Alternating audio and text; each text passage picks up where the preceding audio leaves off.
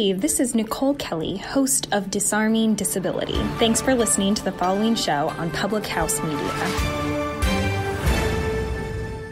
Hey, this is Lee. And this is Chelsea. And we are the host of your new favorite sales podcast, See Jane Sell. Join us every Thursday for a new episode where we will tackle the realistic world of sales and maybe teach you a thing or two along the way.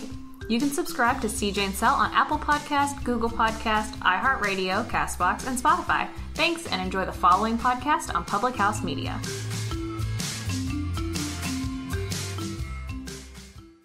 Today's verse of the day comes from Proverbs 18:13. To answer before listening, that is folly and shame.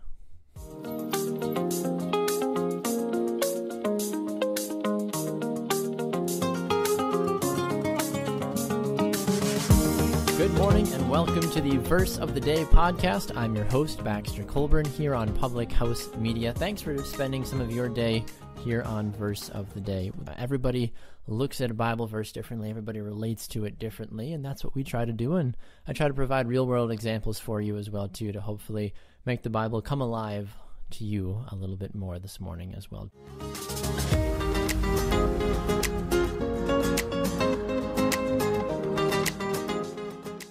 I want to read that verse for you one more time this morning. Proverbs 18:13. To answer before listening, that is folly and shame. So what does that mean?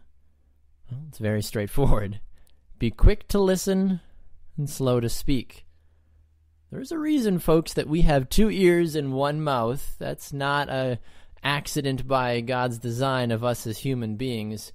We need to spend more time listening to others as opposed to trying to be the one that is heard. I know that for our male listeners out there, you have probably heard this more than once, but a lot of times, especially when you're dating someone or you are married, it's especially true when you're married. I've learned this in my marriage. Oftentimes, guys, women don't want you to fix their problems. They want you to listen. They want to be heard. They want to feel like they have a voice and that somebody that they love and care about deeply is taking time out of their day to listen to them, to be a sounding board to them. It can be so helpful just to have someone to listen to what you have to say, even if you don't want their advice. Don't get me wrong, it is important to be able to lend someone's advice if they have questions, if they have a need, and you feel that you can provide that for them. Absolutely. But do it when it's necessary. Don't go off the deep end trying to fix everything. How often do we as guys, I'm guilty of this, especially in my friend groups as well too. Someone will say, oh man, my boss has really just been on me recently. And I'll say, well, hey, maybe you should, talk to your boss. As soon as we jump in, we haven't even heard the full story. If our friend had completed that sentence, he may have said something like, man, my boss has really been on me recently. I know his dad just died and it's been hard on him, but I wish he would ease up a little bit. Maybe he's taking out some of his stress on me and, I'll likely, just relax for a little while. We as friends are immediately jumping to the conclusion that this person's boss, this friend's boss, is the most negative Nancy in the whole world, and here we are trying to tell them how to go tell their boss off. If we had listened to the entire context, well, then all of a sudden things change. If I would have sat and listened the entire time and heard all of a sudden that my friend's boss's dad had just died, that's a different conversation. That's different advice. You're then saying, hey, maybe you should go and talk to your boss and ask him how he's doing. Maybe you and your wife, if your friend has a wife, can bring him a meal. Just a gesture to show that you care. Losing a parent is never easy. I thankfully haven't lost either of my parents yet, but I know many people that have.